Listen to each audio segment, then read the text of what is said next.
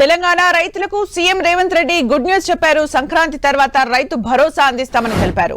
పండగ అనంతరం రైతుల ఖాతాల్లో నిధులు జమ చేస్తామన్నారు. రైతు భరోసా కొనసాగిస్తామన్న సీఎం రేవంత్ రెడ్డి మారిచూడు లాంటి విపక్ష నేతల్ని ప్రజలు నమ్మొద్దని సూచించారు. ఎవరు అడ్డుపడినా రైతు భరోసా అందించి తీరుతామని చెప్పారు.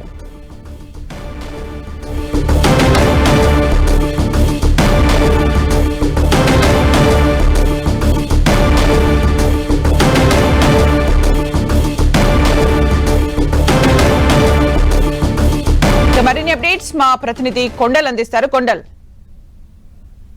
రైతు భరోసా పైన రాష్ట్రంలో ఉన్న రైతులందరూ కూడా ఎంతో ఆసక్తిగా ఎదురు చూస్తున్నారు. ఎందుకంటే రైతు రుణమాఫీ నిన్నటితో పూర్తయింది. రైతు భరోసాను ఎప్పుడు వేస్తారన్నది ప్రధానంగా రైతులు ఎదురు చూస్తున్న రైతులకు ఈరోజు CM Revanth Reddy good news చెప్పారు. సంక్రాంతి పండుగ తర్వాత రైతు భరోసా వేయబోతున్నారు. వానాకాలం రైతు భరోసాను రైతుల ఖాతాల్లో నేరుగా వేయబోతున్నారు. దీనికి సంబంధించి ఈరోజు ప్రధానమైన గుడ్ న్యూస్ అని చెప్పుకోవచ్చు. ఇప్పటికే కాంగ్రెస్ అధికారంలోకి వస్తే వ్యవసాయాన్ని పండుగ చేస్తామని ఏ విధంగా హామీ ఇచ్చామో ముఖ్యంగా రైతులను వ్యవసాయాన్ని పండుగ చేసి చూపించామని చెప్పి ప్రభుత్వం అంటుంది.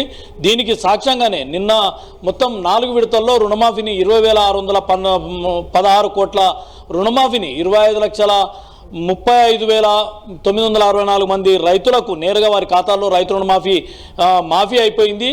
అంటే వ్యవసాయాన్ని పూర్తిగా మేము పండుగ చేశామని చెప్పి ప్రభుత్వం చెప్తుంది.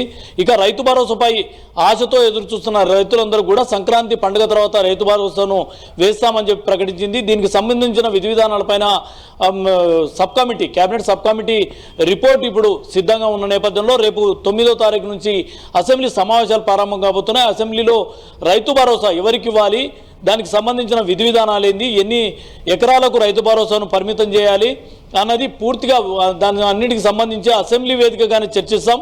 దానికి అనుగుణంగానే సంక్రాంతి పండుగ తర్వాత రైతు భరోసా వేస్తామని చెప్పి ప్రకటించింది. ఇక వ్యవసాయాన్ని తాము ఏ విధంగా రైతుల పక్షపాతిగా ప్రభుత్వం ఉందన్నది కూడా ప్రభుత్వం స్పష్టంగా చెప్తుంది. రైతులకు దేశంలో ఏ రాష్ట్రం ఇవ్వలేనంత 20,612 కోట్లను వచ్చిన తొలి ఏడాదిలోనే రైతు రుణమాఫీ చేసి చూపించాం. అదేవిధంగా సన్నొడ్డు రైతులు వేసుకోవాలి. సన్నాలకు 500 రూపాయల బోనస్ను కూడా ఇచ్చాం. ఇప్పటి వరకు ఈ వానాకాలం సన్నాలు 31 లక్షల మెట్రిక్ టన్నులను ప్రభుత్వం కొనుగోలు చేసింది. సన్నాలకు ప్రతి క్వింటాలకు 500 రూపాయల బోనస్ ఇస్తామని చెప్పి ఎన్నికల్లో ఇచ్చిన హామీ మేరకు అది ఇచ్చి చూపించామని చెప్పి ప్రభుత్వం చెప్తుంది. మొత్తానికైతే ఇప్పటికే రైతులకు సంబంధించి రైతు పక్షపాతిగా ప్రభుత్వ నిర్ణయాలు ఉంటుంది, రైతుల ప్రయోజనాలకు లక్ష్యంగా ప్రభుత్వ నిర్ణయాలు ఉంటుంది. కాబట్టి తొలి ఏడాదిలోనే 20,612 కోట్ల రైతు రుణమాఫీ చేయడంతో పాటు సన్నోడ్లకు 500 రూపాయల బోనస్ ఇచ్చాం. ఇప్పుడు రైతు భరోసాను సంక్రాంతి తర్వాత వేయబోతున్నామని చెప్పి ప్రభుత్వం ప్రకటించింది. సుమిత్ర, అంటే కొండల్, రైతు భరోసాను సంక్రాంతి తర్వాత వేస్తామని చెప్తున్నారు. దానికంటే ముందే విధి విధానాలు ప్రకటిస్తాం,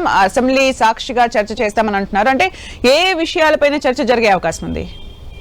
ప్రధానంగా రైతు భరోసాకు సంబంధించి అంటే గత ప్రభుత్వం రైతు బంధు పేరుతో ఎకరాకు 5,000 రూపాయలను రైతుల ఖాతాలో వేసింది పెట్టుబడి సాయం కింద. అయితే ఈ ప్రభుత్వం అధికారంలోకి వచ్చినప్పుడే 7,500 రూపాయలను ఎకరాకి ఇస్తామని చెప్పి ప్రకటించింది. వీటికి సంబంధించి ఈ రైతు భరోసా అంటే గతంలో కేసీఆర్ ప్రభుత్వంలో ఇచ్చిన రైతు బంధులో అనేక అవకతవకలు జరిగాయి.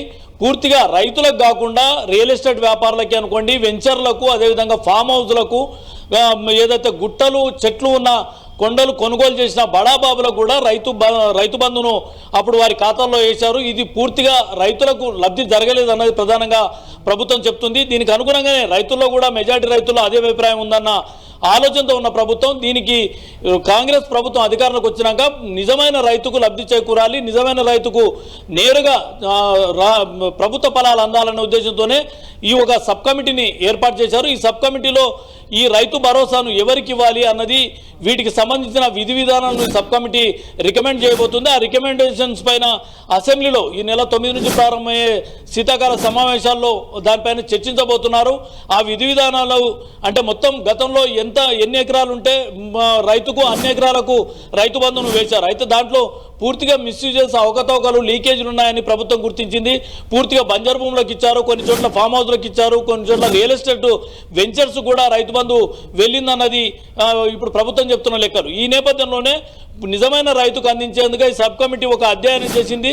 నిజమైన రైతుకు అంటే ఎంతవరకు దాన్ని క్రైటీరియా పెట్టాలి, మొత్తం రైతు వ్యవసాయం చేస్తున్న ప్రతి రైతుకు అందించాలా, లేదంటే దీంట్లో ఏమైనా స్లాబ్ సిస్టమ్ పెడతారా అన్నది మాత్రం కొంత స్పష్టత రావాల్సింది. ఈ విధి విధానాలపైన అసెంబ్లీ వేదికగా చర్చించిన తర్వాతనే ఒక నిర్ణయం ప్రకటిస్తాం. సంక్రాంతి తర్వాత మాత్రం రైతు భరోసా నేరుగా రైతు ఖాతాలకు వెళ్తుందన్న శుభవార్తను అయితే ప్రభుత్వం చెప్పింది.